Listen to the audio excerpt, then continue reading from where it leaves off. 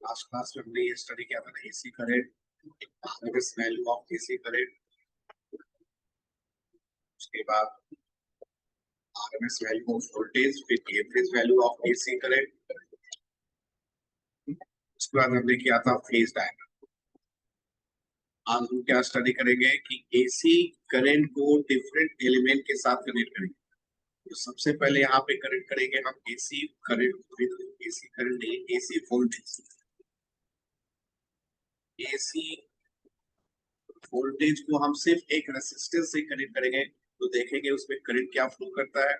उसके बाद AC voltage को कैपेसिटर से कनेक्ट करेंगे, फिर कॉइल से कनेक्ट करेंगे और फिर तीनों के साथ सीरीज में कनेक्ट करेंगे। फर्स्ट है हमारा AC voltage with resistance only.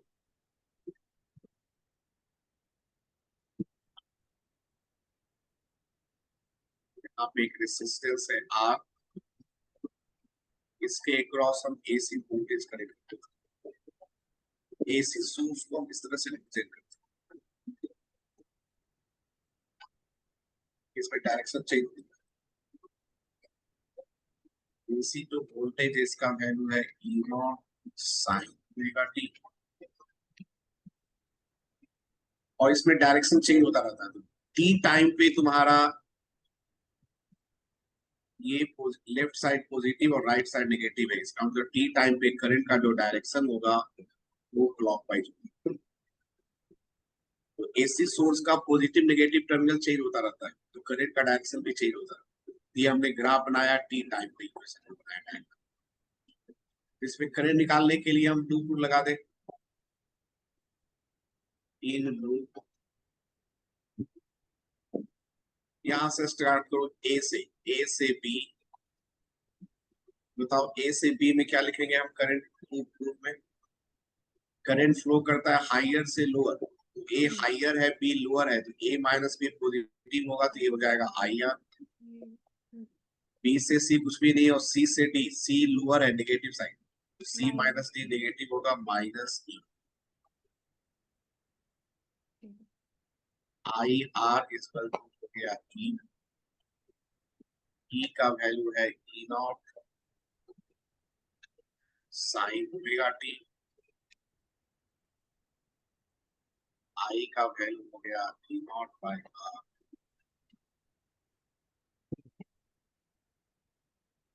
Sign omega. यहाँ पे हम पुट कर देते हैं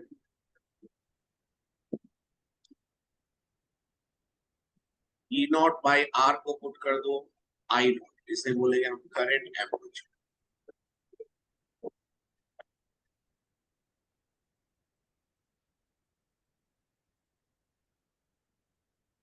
करंट एम्पलीट्यूड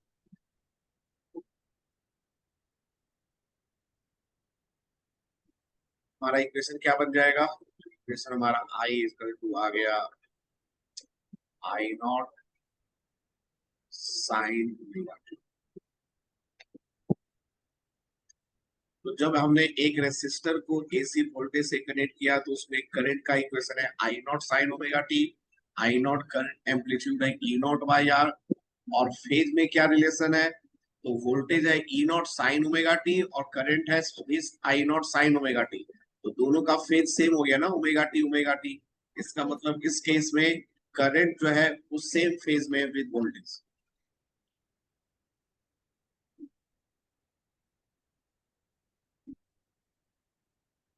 करंट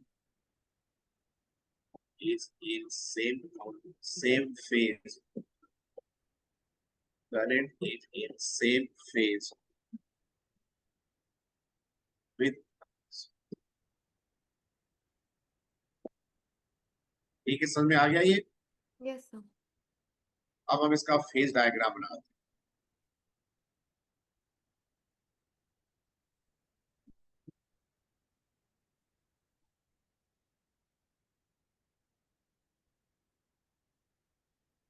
वोल्टेज के लिए ई नॉट साइन ओमेगा टी, ये हो गया ई नॉट और ये हो गया ओमेगा टी। करंट का ओमेगा सेम है, एम्पलीट्यूड आई नॉट, ये हो गया हमारा आई। आई नॉट का वैल्यू ई नॉट से ग्रेटर भी हो सकता है, स्मॉलर भी हो सकता है, वो तो डिपेंड करता है कि कैपिटल आर का वैल्यू क्या है। कैपिटल आर का वैल्यू 1 से ग्रेटर है तो आई नॉट का वैल्यू ई नॉट से न्यूमेरिकली ग्रेटर होगा। यदि 1 से ग्रेटर है तो स्मॉलर होगा, और आर का वैल्यू 1 से स्मॉलर है, आई नॉट का वैल्यू ई नॉट से न्यूमेरिकली ग्रेटर होगा। दोनों का सेम फेज है तो दोनों सेम एंगल पे, यहाँ पे दोनों सेम फेज। क्लियर? Yes. इसका मतलब क्या हुआ कि वोल्टेज जीरो होगा तो करंट भी जीरो हो जाएगा, वोल्टेज मैक्सिमम है तो करंट भी मैक्सिमम। अब हम यहाँ पे ग्राफ भी बनाएंगे।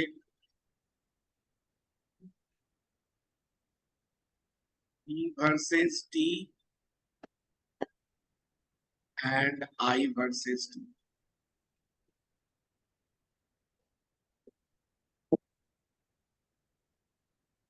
एक ही ग्राफ में हम दोनों बनाएंगे।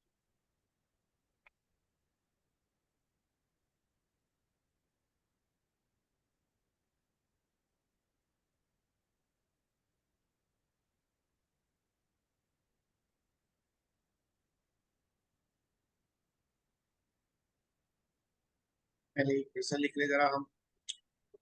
E का इक्वेशन क्या है हमारे पास? E not sine omega T, और करंट का इक्वेशन है I नॉट साइन, दोनों साइन का ही है। साइन का ग्राफ हमें मालूम है कैसा बनता है, जीरो से स्टार्ट होगा, मैक्सिमम, फिर उसके बाद इसे कितना आएगा, फिर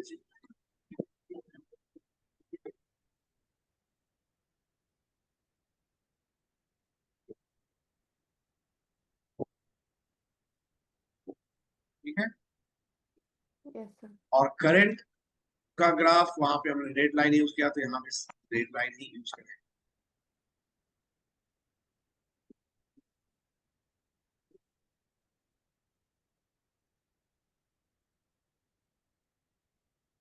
वहां पे हमने करंट का एम्पलीट्यूड ई नॉट से कम लिया था तो यहाँ भी हमने कम लिया।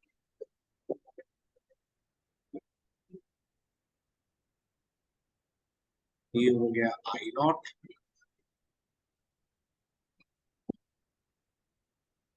ये हो गया E। ठीक है, क्लियर? Yes, sir. साइन का ग्राफ इसी तरह से बनता है, टी इक्वल टू जीरो, फिर जीरो होगा, फिर इंक्रीज होगा मैक्सिमम, फिर डिक्रीज होगी जीरो, फिर नेगेटिव, नेगेटिव में मैक्सिमम, फिर जीरो। यहाँ पे सेम फेज में है, जब वोल्टेज जीरो है तो करंट भी जीरो, जब वोल्टेज मैक्सिमम है तो करंट भी मैक्सिमम, और डिक्रीज कर रहा है तो दोनों ही डिक्रीज कर रहे हैं, दोनों एक साथ जीरो। तो जब हमने एसी वोल्टेज को सिर्फ एक रेसिस्टेंस से कनेक्ट करेंगे तो सेम फेज होगा, और करंट एम्पलीट्यूड का वैल्यू हो जाएगा ई नॉट बाई आर। हमें ये याद है, दो चीज प्रॉब्लम बनाने के लिए, दो चीज याद है। पहला कि एसी वोल्टेज को रेसिस्टेंस से कनेक्ट करेंगे तो सेम फेज होगा, और करंट एम्पलीट्यूड हो जाएगा ई नॉट बाई आर। अब हम नेक्स्ट एसी वोल्टेज को कनेक्ट करेंगे कैपेसिटर से।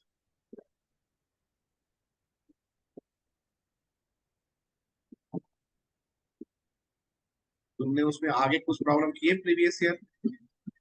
हाँ सर, मेरे को ना उस वाले पार्ट में प्रॉब्लम आ रही है, पिच पे।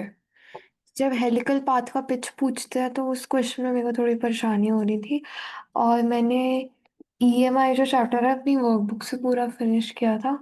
तो फिर उसमें जो लास्ट में एलसी ऑसिलेटर वाला पार्ट है, जो ऑसिलेटर वो तो मैंने पढ़ा है, वो तो नहीं कैसे वाले सर, उसी में, हाँ उसी वीएलसी इसी की तो पढ़ा है। नहीं, एलआर सर्किट मैंने पढ़ा है, ऑसिलेटर मैंने एलसी ऑसिलेटर वहाँ पे पढ़ा था, और सर फिर मेरे को इजी लगा तो मुझे लगा कि तीन मतलब, लोग में भी पढ़ा था सभी। हाँ बट सर उसमें ना कोई कैपेसिटर का बीच में कंसेप्ट फंस रहा है एक स्पेसिफिक क्वेश्चन में। ठीक है, क्वेश्चन पूछ। तो अभी हम डिस्कस कर लेंगे इसके बाद।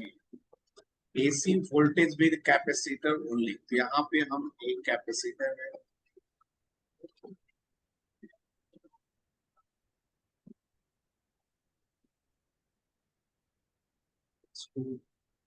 AC वोल्टेज से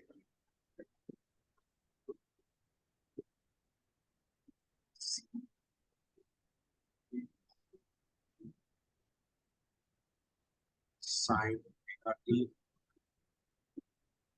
इसमें भी हम टी टाइम पे लेफ्ट साइड को पॉजिटिव और राइट साइड को नेगेटिव ले लें तो करंट फ्लो करेगा हमारा क्लॉकवाइज, तो उस पे चार्ज हो जाएगा प्लस की और इस पे चार्ज हो जाएगा माइनस।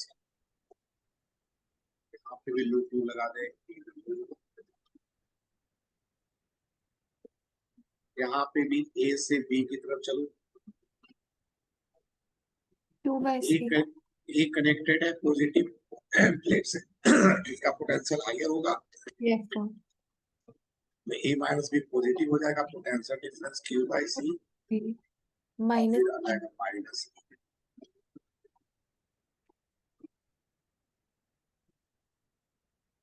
जाएगा Q by C equal to हो गया साइन क्यू का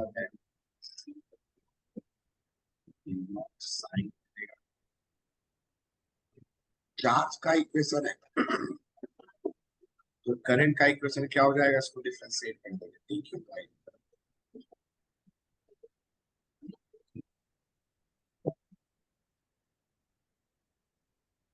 सी constant E naught constant, sine का डिफरेंशिएशन होता है कॉस और टी में ओमेगा से मल्टीप्लाई, ओमेगा से मल्टीप्लाई,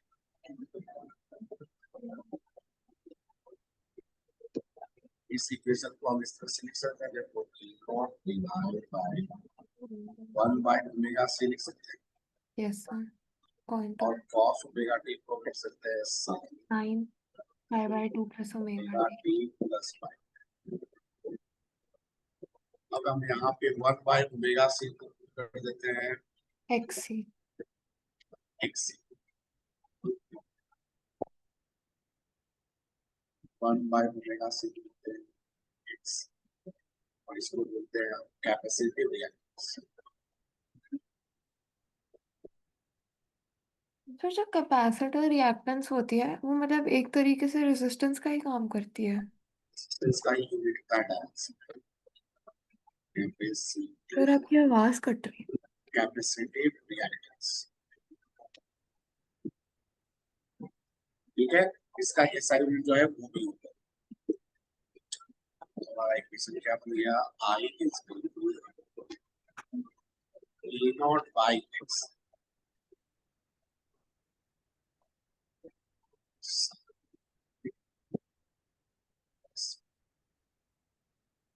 अब यहाँ पे करंट एम्पलीट्यूड क्या हो जाएगा, E not by X, hmm. E not by x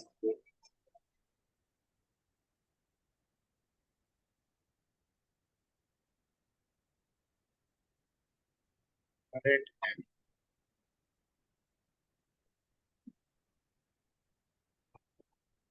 जहाँ पे सिर्फ रेसिस्टेंस था वहां पे current amplitude E not by R होता है, यहाँ पे current amplitude E not by XC होता है, और यहाँ पे याद रखने की क्या बात है, एक्सी का वैल्यू ओमेगा पे डिपेंड करता है, ये कांस्टेंट वैल्यू नहीं है, ओमेगा हम सोर्स का चेंज करेंगे उसके अकॉर्डिंग एक्सी चेंज हो जाएगा, ठीक है। नहीं होता। और यदि हम डीसी के लिए फॉर्मूला अप्लाई करें तो डीसी का ओमेगा 0 होता है, तो उसके लिए एक्सी का वैल्यू इंफिनिटी हो जाएगा, ठीक है। एक मिनट, आप कौन से किसके लिए बोला आपने? डीसी सर्किट के लिए यदि हम फॉर्मूला यूज करना चाहें तो डीसी में तो करंट सेम रहता है ना, उसमें ओमेगा 0 हो जाएगा, हाँ ठीक ओमेगा 0 पुट करेंगे तो एक्सी का वैल्यू इंफिनिटी हो जाएगा। रेडी हो जाएगा। अब इसे हम पुट कर दें वापस क्वेश्चन में, I naught I is equal to equation मिल जाएगा I naught sine omega T plus pi by 2, यहाँ पे प्लस पाई 2 है,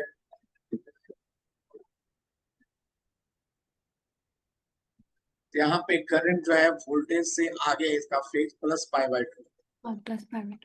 हम यहाँ पे लिखेंगे current lead the voltage,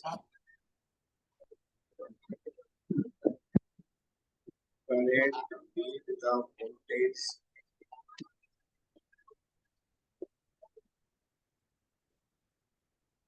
by phase by time,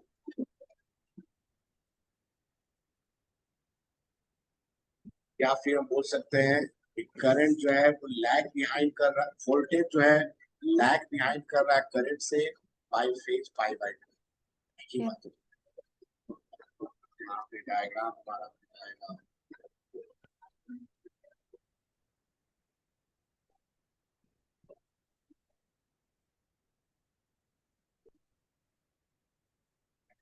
इसका बना रहे हैं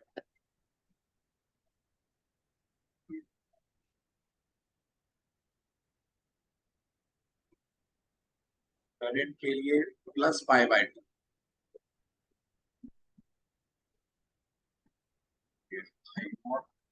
इसमें pi by two. Clear? Yes sir. और टोटल एंगल एक्स एक्सिस देखोगे तो omega T plus pi by two. और फिर से वोल्टेज और करंट का ग्राफ बना लेंगे वर्सेस टी आई।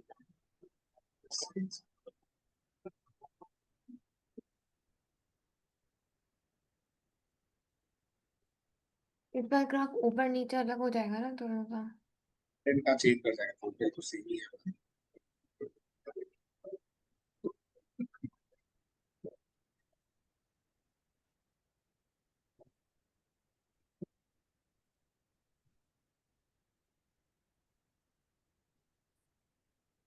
इसका तो हमारा सेम ही रहेगा क्योंकि करंट वोल्टेज का इक्वेशन तो सेम ही हमने बनाया है।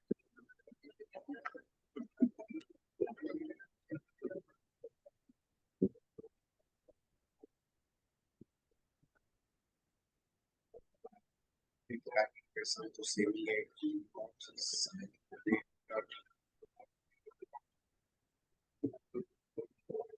का इक्वेशन है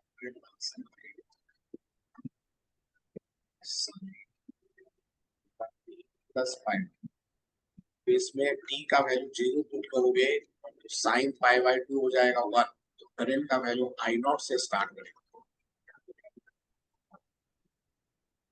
और फिर जीरो हो जाएगा, फिर मिनिमम, फिर जीरो, फिर मैक्सिमम, फिर जीरो, फिर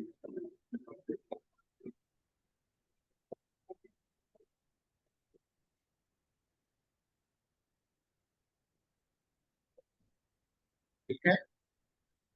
यस सर। और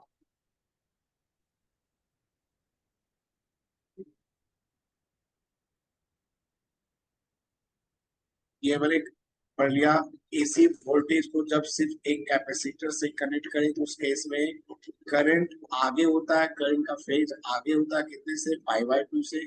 और करंट का एम्पलीट्यूड क्या होगा, ई नॉट बाई एक्सी, और एक्सी का फॉर्मूला होगा 1 बाई ओमेगा सी। अब नेक्स्ट हमारा हो गया एसी, हम कनेक्ट करेंगे एसी वोल्टेज को कॉइल से। एसी करंट को किससे? कॉइल से, इंडक्टिव कॉइल से। हम्म। जैसे सोलेनॉइड हो गया, टोरॉइड हो गया, हमारा coil. AC voltage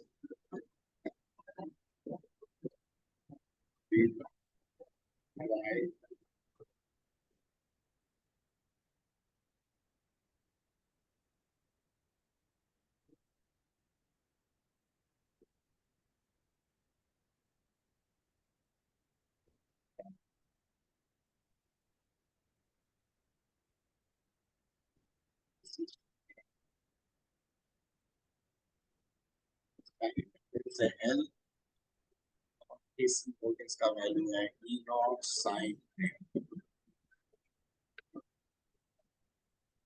T time पे। Left side positive, right negative है।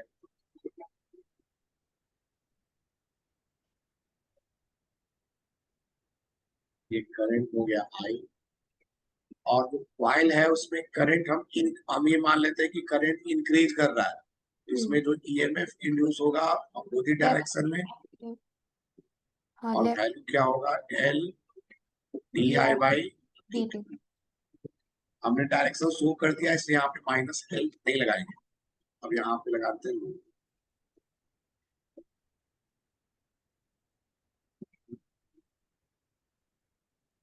से ए से बी जाएंगे तो higher minus lower L D I by D T minus E is equals to 0 और माइनस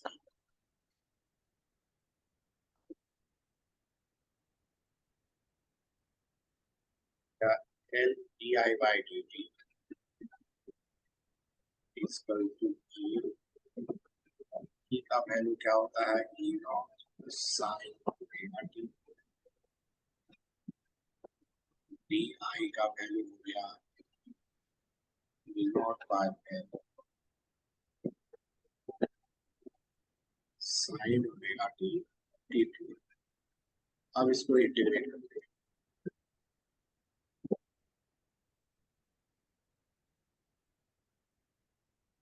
डी आई का इंटीग्रेशन हो गया आई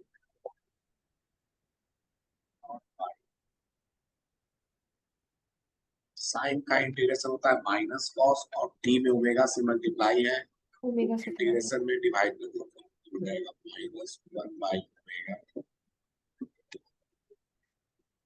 कॉस प्लस एक कांस्टेंट ऐड होता है। अब इस कांस्टेंट को मैंने ए लिखा है क्योंकि सी लिखूंगा तो कैपेसिटेंस से कंफ्यूज कर सकते हैं। अब इस कांस्टेंट का जो वैल्यू है वो जीरो होगा, कैसे समझेंगे? देखो करंट जो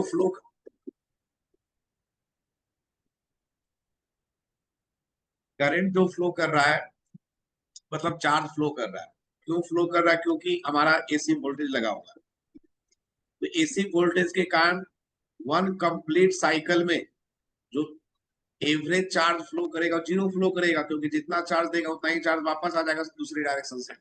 यस तो करंट का भी एवरेज वैल्यू जो है वन टाइम पीरियड में जीरो होना चाहिए, तो कॉस का तो एवरेज जीरो हो जाएगा, लेकिन ए कांस्टेंट है तो कांस्टेंट का एवरेज वैल्यू जीरो तभी होगा जब वो खुद जीरो, नहीं तो थ्री का एवरेज वैल्यू तो थ्री रहेगा हमेशा। आई बात समझ में? Yes sir. तो एसी वोल्टेज का एवरेज वैल्यू जीरो है तो करंट का भी एवरेज वैल्यू जीरो होना चाहिए, उसके लिए कांस्टेंट वैल्यू जो है वो जीरो होना चाहिए, इसलिए यहाँ पे मैं इसको जीरो कॉस लिखा। जीरो क्यों होना है, मतलब कॉस का इसको कॉस का एवरेज वैल्यू जीरो होता है वन कंप्लीट साइकिल में। अच्छा ग्राफ बनाएंगे कहीं से भी वन कंप्लीट साइकिल में लोगे तो वैल्यू जितना पॉजिटिव रहेगा उतना ही नेगेटिव, नेगेटिव चाहिए। तो कांस्टेंट वैल्यू भी जीरो आएगा, तो ए को मैंने जीरो कर दिया। तो हमारा आई का वैल्यू हो गया E not by omega L और माइनस कॉस ओमेगा टी को लिखेंगे कॉस, इसको लिखेंगे हम sine omega T minus pi by 2। Sine 90 minus theta cos theta होता है, लेकिन थीटा माइनस 90 कर दोगे तो माइनस कॉस थीटा होगा। अब हम यहाँ पे कर देते हैं फिर से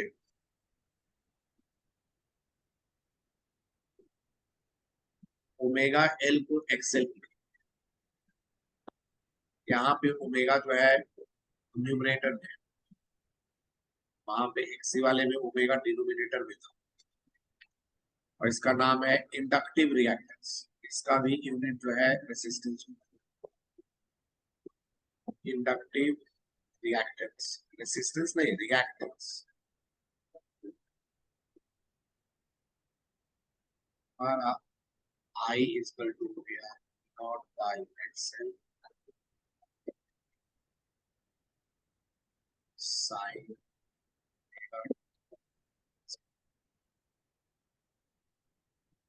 फिर से पुट कर दो यहाँ पे, यहाँ पे हमारा करंट एम्पलीट्यूड हो जाएगा ई नॉट बाई एक्सएल,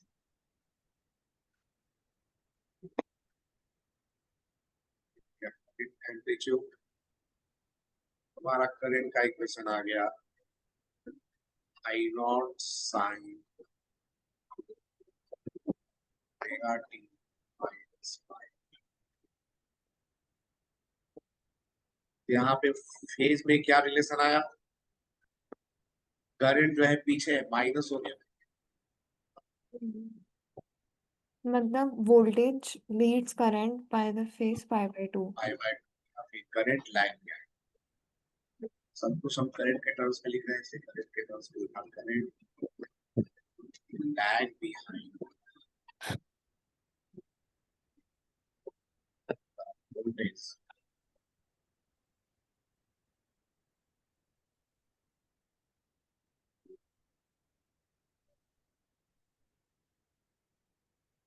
आई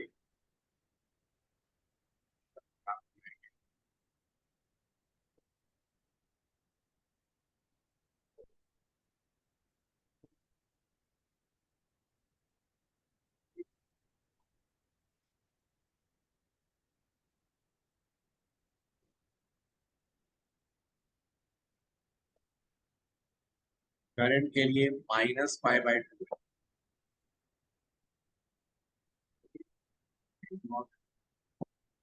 और ये टोटल क्लियर। Yes sir. इसका ग्राफ बना लें,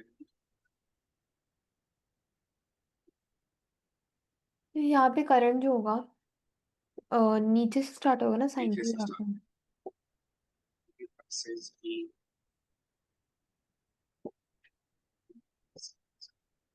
टी।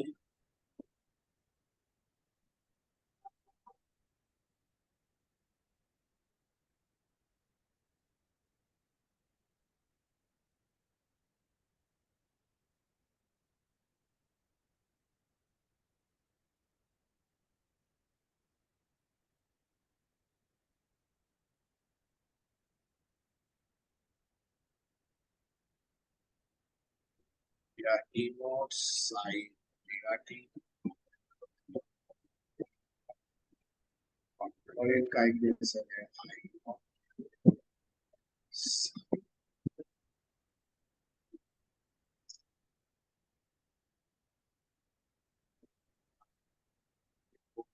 ये तो सेम ही रहेगा।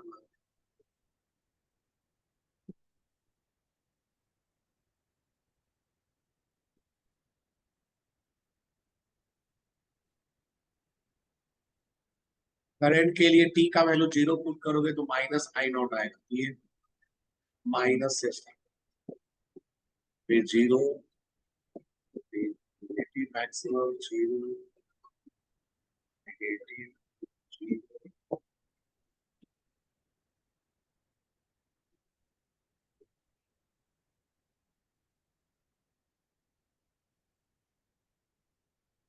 ये चीज।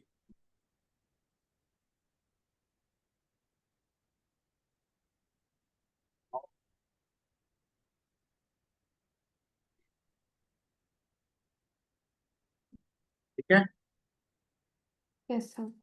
हमने ये तीन कर लिए, तीनों साथ तो रेसिस्टेंस में करंट एम्पलीट्यूड हो जाएगा E not by R, same phase. Capacitor में करंट एम्पलीट्यूड हो जाएगा ई नॉट बाई एक्सी, और करंट लीड करेगा फेज पाई बाय 2 से। और कॉइल के साथ करंट एम्पलीट्यूड हो जाएगा ई नॉट बाई एक्सएल, और यहाँ पे करंट लैग करेगा पाई बाय 2 से। अब हम तीनों को सीरीज में इकट्ठे कनेक्ट कर देते हैं एक साथ।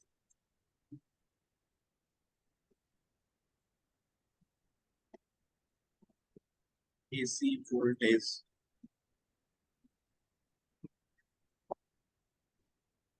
with R L C in series।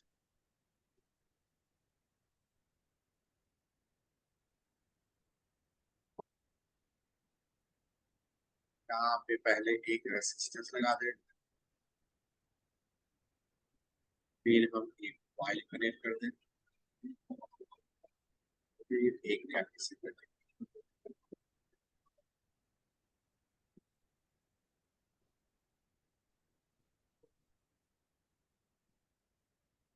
तो यहाँ पे एक एसी स्विच लगा दे,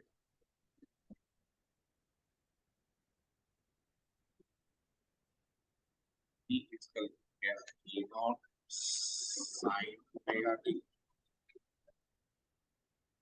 ये आर है, ये एल है, ये सी है। टी टाइम पे लेफ्ट को पॉजिटिव और राइट को नेगेटिव ले ले तो करंट फ्लो करेगा हमारा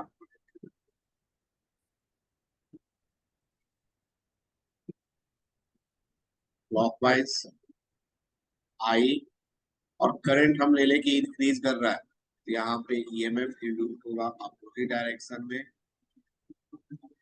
L D I by D T.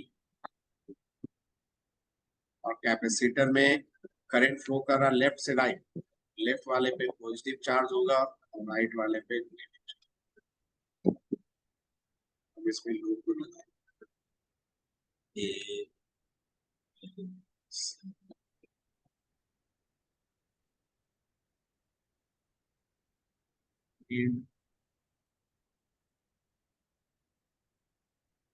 ए से बी क्या होगा, आई आर, और पहले आई आर इसके बाद कॉइल आ गया हायर टू लोअर, हो ये जाएगा L L D I by D T. Plus उसके बाद क्यू बाई सी, उसके बाद minus,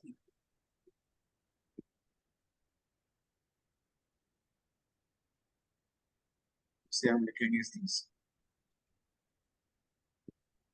L D I by D T plus R into I plus 1/c। यहाँ पे आई का वैल्यू पुट कर देते हैं D Q by D T. ये इसमें तो क्या बोल बन जाएगा, डिफरेंशियल इक्वेशन। डिफरेंशियल इक्वेशन हो जाएगा L D two Q by D T square plus R D Q by D T plus 1/c, और ये हो जाएगा ई नॉट साइन। अब ये जो डिफरेंशियल इक्वेशन है इसको सॉल्व करना हमें आता नहीं है, इस तरह का डिफरेंशियल इक्वेशन सॉल्व करना हमने नहीं पढ़ा, तो हम इसको इक्वेशन से सॉल्व नहीं करेंगे, हम इसे बनाएंगे फेज डायग्राम से। फेज डायग्राम से कैसे बनाएंगे,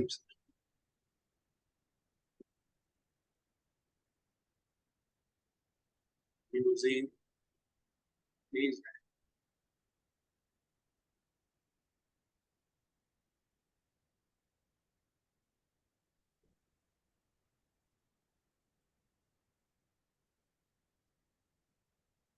फेज डायग्राम का कंसेप्ट क्या है कि आर एल और सी तीनों सीरीज में है तो तीनों के क्रॉस जो वोल्टेज है करंट सेम होगा, और तीनों के क्रॉस जो वोल्टेज का सम है इंस्टेंटेनियस वोल्टेज का सम वो नेट वोल्टेज के इंस्टेंटेनियस वैल्यू के इक्वल होगा। इसी कंसेप्ट पे बेस्ड है। तो हम पहले निकालेंगे आर के, सबसे पहले इसमें हम क्या करेंगे, लेट लेट करंट का वैल्यू हम ले लेते हैं आई नॉट साइन, मैंने बोला था ओमेगा हमेशा सेम रहता है, ओमेगा टी, और फेज हमें नहीं मालूम है फाइव, तो हमें आई नॉट भी नहीं मालूम है, फाइव भी नहीं मालूम, बस इन्हीं का वैल्यू निकाल के इसमें पुट करते हैं। अब देखो फॉर रेसिस्टेंस, हमने करंट का यहाँ पे वैल्यू हमने अज्यूम कर लिया I naught sine omega T plus five, तो जो रेसिस्टेंस में करंट है वो भी यही है हमारा I naught sine omega T plus five.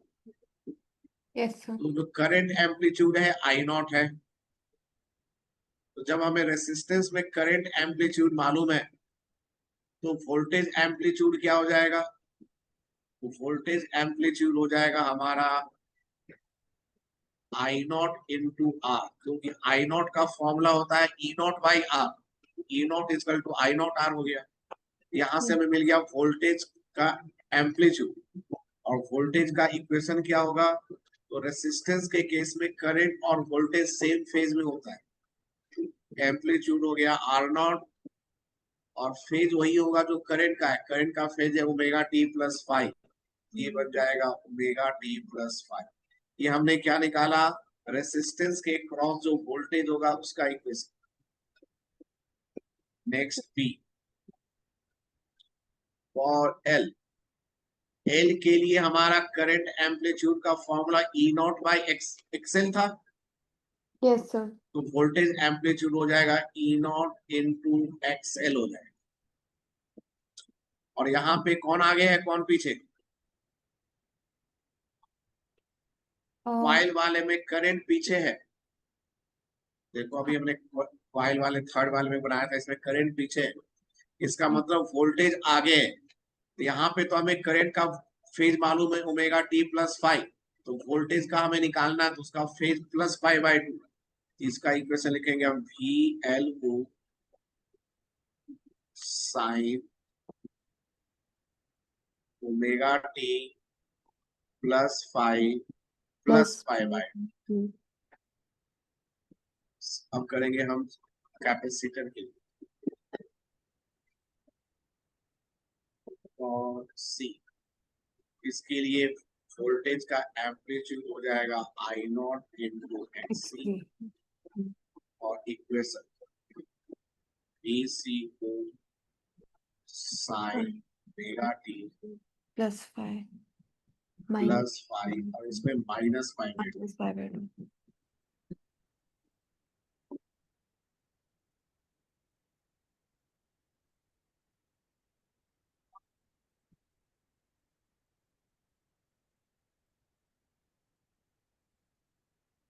तीनों हमारा सीरीज में है, तो आर के क्रॉस वोल्टेज प्लस सी के क्रॉस वोल्टेज प्लस पहले एल था ना, लिखा था मैंने,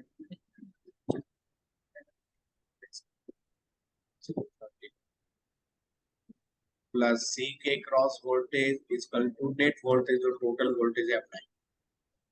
ये इक्वेशन हो गया V R O sine omega T plus five, ये हो गया आर।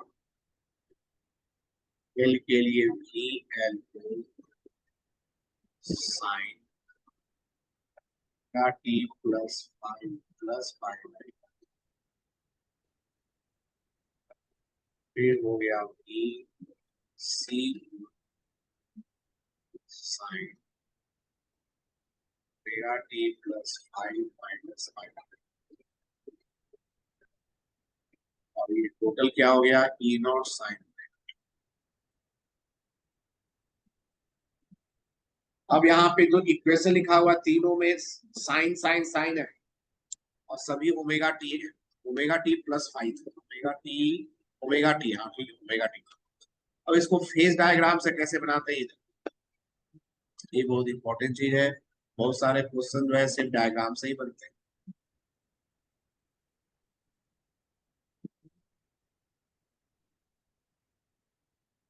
सबसे पहले हम क्या करेंगे, जो हमने करंट अज्यूम किया था उसका हम बनाएंगे फेज डायग्राम। करंट का, करंट को हम हमेशा रेट से लेके आए हैं तो हम रेट ही बनाते हैं।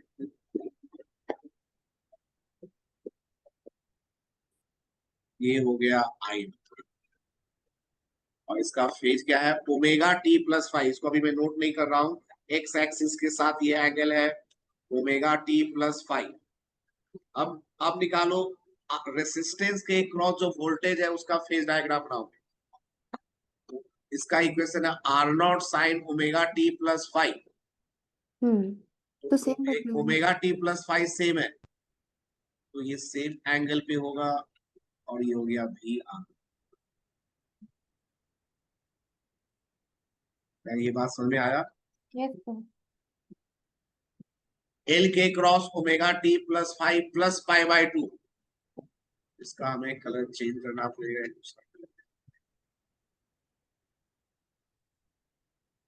ओमेगा टी प्लस फाइव,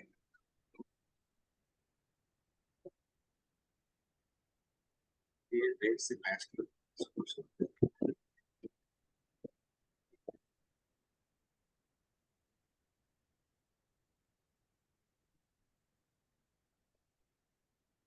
ये हो गया हमारा VLO और ये 90। सी के लिए -π/2 है, तो VL0 से एकदम नीचे वाली लाइन बन जाएगी। ये नीचे हो, VL0 को नीचे कंटिन्यू करोगे तो बन जाएगी।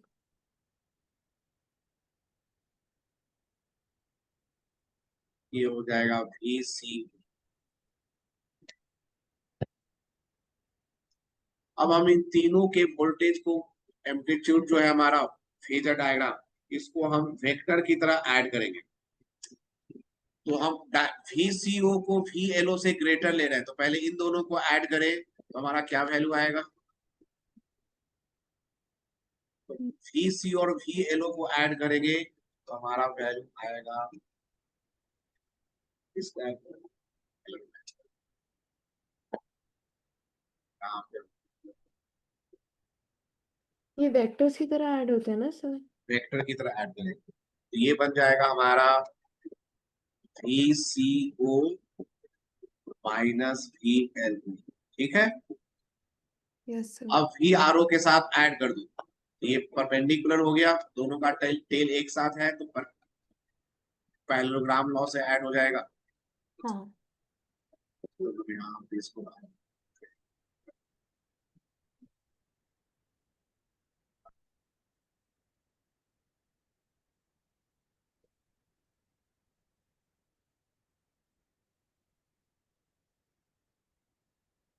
नेट वोल्टेज हमारा इस तरह से चला गया।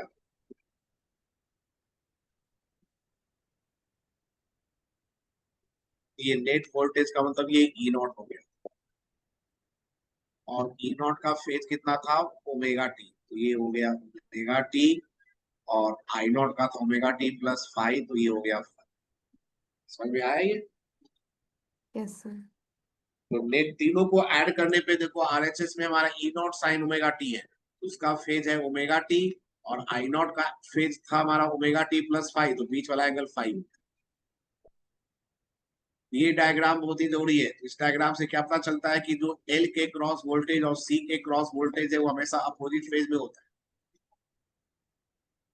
अब हम इससे इक्वेशन निकालेंगे, तो E0 कैसे निकला हमारा, तो यहाँ पे पाइथागोरस थ्योरम लगा देंगे।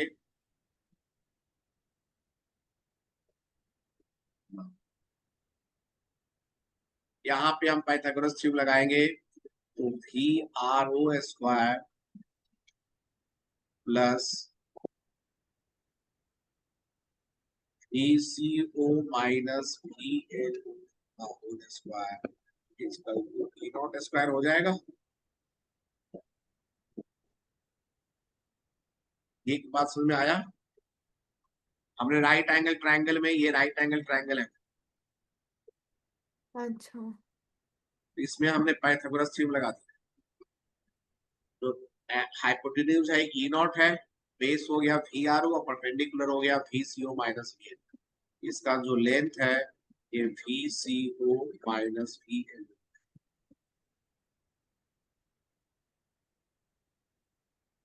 अब देखो ये बहुत इंपॉर्टेंट चीज है कि सीरीज में हम पढ़ते हैं डीसी में कि वोल्टेज को ऐड करने पे टोटल वोल्टेज मिलेगा, तो वो इंस्टैन्टेनियस होता है, जो कि हमने इस इक्वेशन में बनाया है।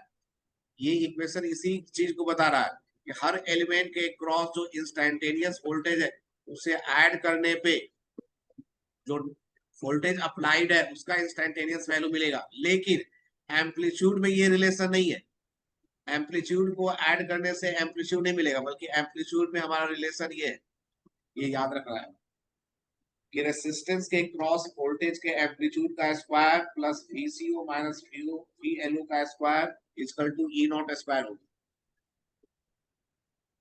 यही बात समझ में। Yes sir. अब यहाँ पे देखो, यदि हम इसको RMS में कन्वर्ट करेंगे तो RMS का वैल्यू एम्पलीट्यूड डिवाइड बाय √2 होता है, तो इसको लिख सकते हैं √2 इंटू VRMS, लिख सकते हैं इसको ऐसे। हाँ जी सर। उसी तरह से VCO ये हो जाएगा √2 VCRMS। उसी तरह से VLO ये हो जाएगा √2 VLRMS और E0 हो जाएगा √2 ERMS। तो सभी का वैल्यू पुट करेंगे तो √2 कैंसिल आउट होके फिर से फॉर्मूला हमारा इसी टाइप का बन जाएगा। ये बन जाएगा हमारा VRMS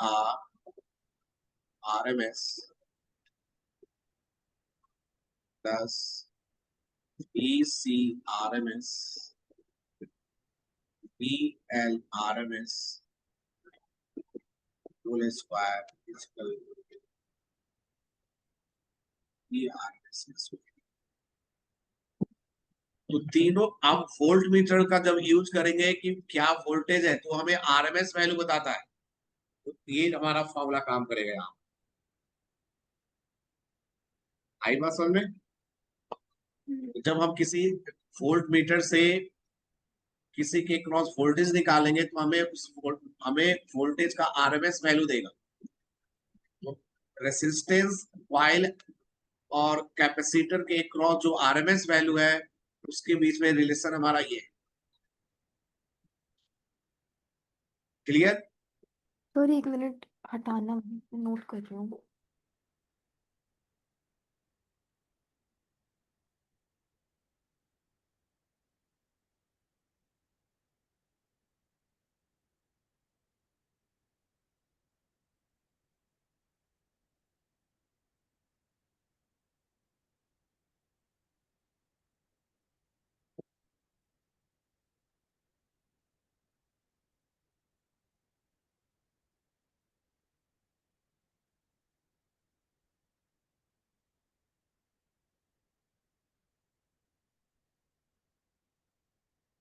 कैंसिल।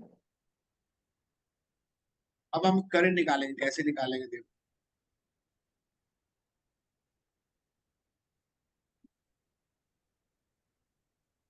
हमने ऊपर भी इक्वेशन यूज किया था उसी का फिर से यूज करें। PR square plus BC plus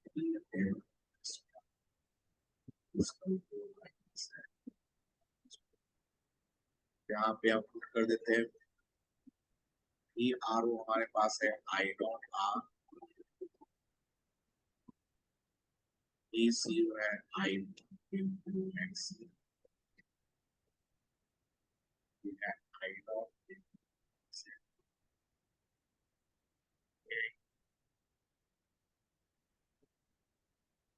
I0 का स्क्वायर कॉमन हो है। IRMS नहीं होना चाहिए। नहीं, IRMS नहीं होना चाहिए। देखो हमने क्या लिखा है यहाँ पे, देखो ERO को लिखा है I0।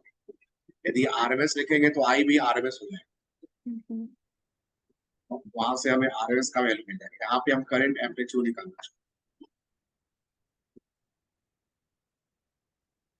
हैं, XC माइनस XL का स्क्वायर स्क्वायर। इस तरह से हमें करंट एम्पलीट्यूड का फॉर्मूला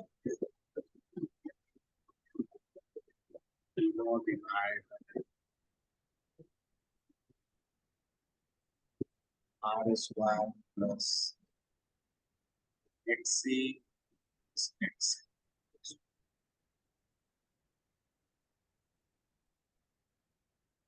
ठीक है, यस सर। अब यहाँ पे फिर से हम वैल्यू पुट कर देंगे। जो डिनोमिनेटर में वैल्यू है उसे हम जेड पुट कर देंगे।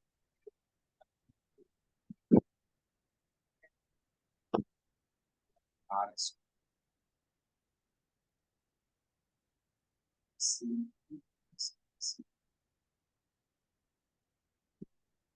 और इसे बोलते हैं इम्पीडेंस ऑफ सर्किट।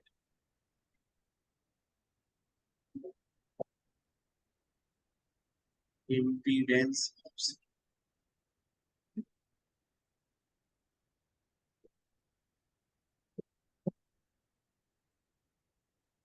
जेड के टर्म्स में अब हमारा करंट एम्पलीट्यूड क्या हो गया? जेड के टर्म्स में करंट एम्पलीट्यूड का वैल्यू नॉट बाई।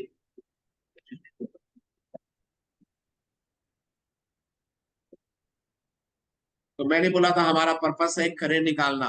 तो करंट निकालने के लिए हमें क्या चाहिए? तो सबसे पहले जो हमने यहाँ पे लिया था करंट का इक्वेशन आई naught sine omega T plus five, तो ओमेगा तो वही है जो सोर्स का है, वो तो हमें मालूम है। हमें निकालना है आई नॉट एंड फाइव, तो आई नॉट निकाल चुके हम। आई नॉट का यस। फॉर्मूला हो गया ई नॉट बाई जेड, और जेड निकालेंगे। फाइव कैसे निकालेंगे? तो फिर से हम इसी डायग्राम का यूज करेंगे। जो राइट एंगल ट्राइंगल है उसमें tan फाइव यूज करोगे, तो tan फाइव इक्वल टू हो जाएगा perpendicular divide by base. Perpendicular क्या है? V C O VCR minus V L O, और बेस क्या है? V R. यार।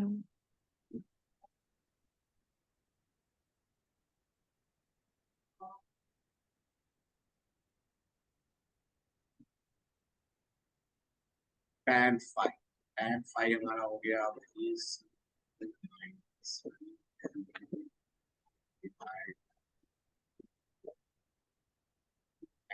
करते जरा,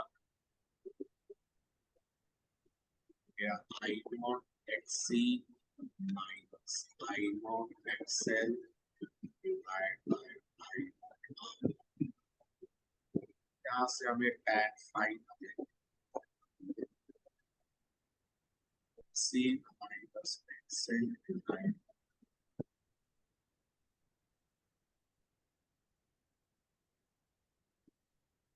यहाँ से हमें फेज मिल गया। क्लियर? Yes sir. इस तरह से हमें करंट मिल गया, आई नॉट मिल गया, फाइव मिल गया, तो हमें करंट मिल गया। अब यहाँ पे तीन केस स्टडी कर लेते हैं। सी में डूपर करना, एक सेकेंड बस। अच्छा ठीक। ठीक है सर। ठीक है। यस।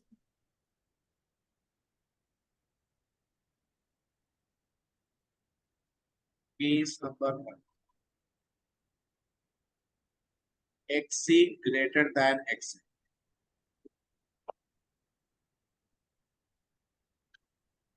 इसमें तुम्हारा tan फाइव पॉजिटिव हो जाएगा, तो तुम्हें फाइव का वैल्यू पॉजिटिव मिलेगा। और फाइव पॉजिटिव होने का मतलब करंट लीड करेगा वोल्टेज। इसका मतलब करंट लीड वोल्टेज। और करंट किस में लीड करता है? जिसमें कॉइल होता है, जिसको बोलेंगे in in in dominant inductive circuit, inductive dominant circuit. Induction का जो कॉइल का इफेक्ट है वो ज्यादा आ गया, और inductive dominant circuit. Inductive dominant,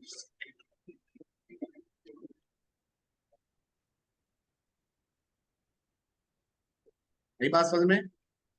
yes sir. XC current lead कर रहा है, एक्सी ग्रेटर है एक्सएल से, करंट लीड कर रहा है। करंट किस में लीड करता है?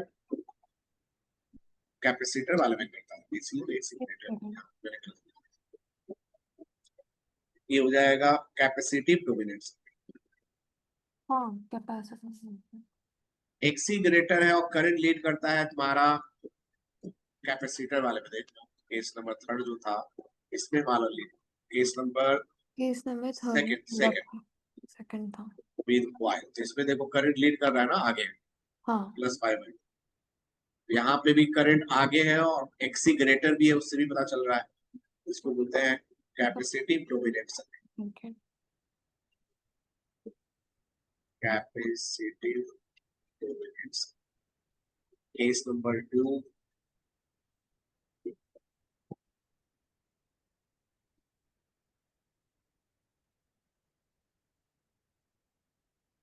XL greater than XC. यहाँ पे हमारा tan five less than zero, five का वैल्यू लेस देन जीरो। यहाँ पे करंट पीछे होगा, current lag behind the voltage.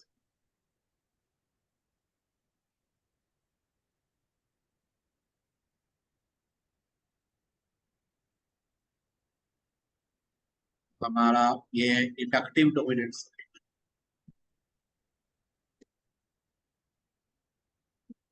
Inductive dominance.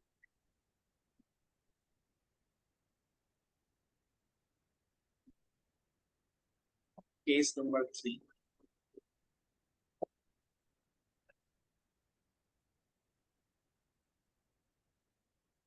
XC is equal to X.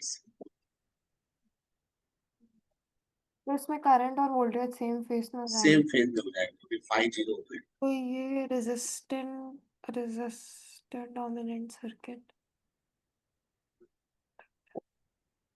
5 0, यहाँ पे current is in same phase with,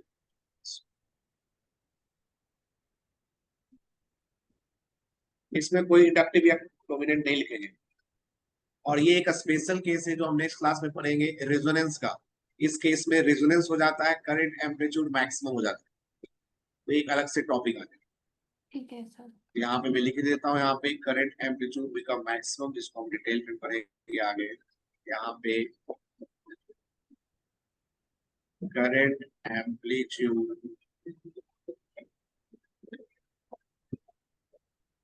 become maximum.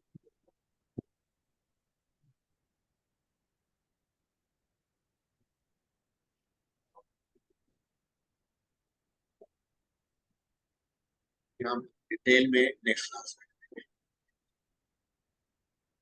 ठीक है। Yes sir. तो आज का क्लास बहुत ही इंपॉर्टेंट था इसी चैप्टर को समझने के लिए। तो सबसे पहले आज हमने क्या किया, एसी वोल्टेज को पहले रेसिस्टेंस के साथ कनेक्ट किया। उसमें हमने देखा कि करंट और वोल्टेज में क्या रिलेशन है और करंट एम्पलीट्यूड क्या है। Current amplitude E not by R, same phase. जब हमने पहले कैपेसिटर के साथ कनेक्ट किया, रेसिस्टेंस फिर कैपेसिटर के साथ कनेक्ट किया, तो इसमें करंट लीड कर रहा है पाई बाय 2 से, और current amplitude E not by XC, और एक्सी का वैल्यू 1 बाई ओमेगा से। जब वाइल के साथ कनेक्ट किया तो इसमें करंट लैग कर रहा है पाई बाय 2 से, और current amplitude E not by XL, XL का वैल्यू ओमेगा है।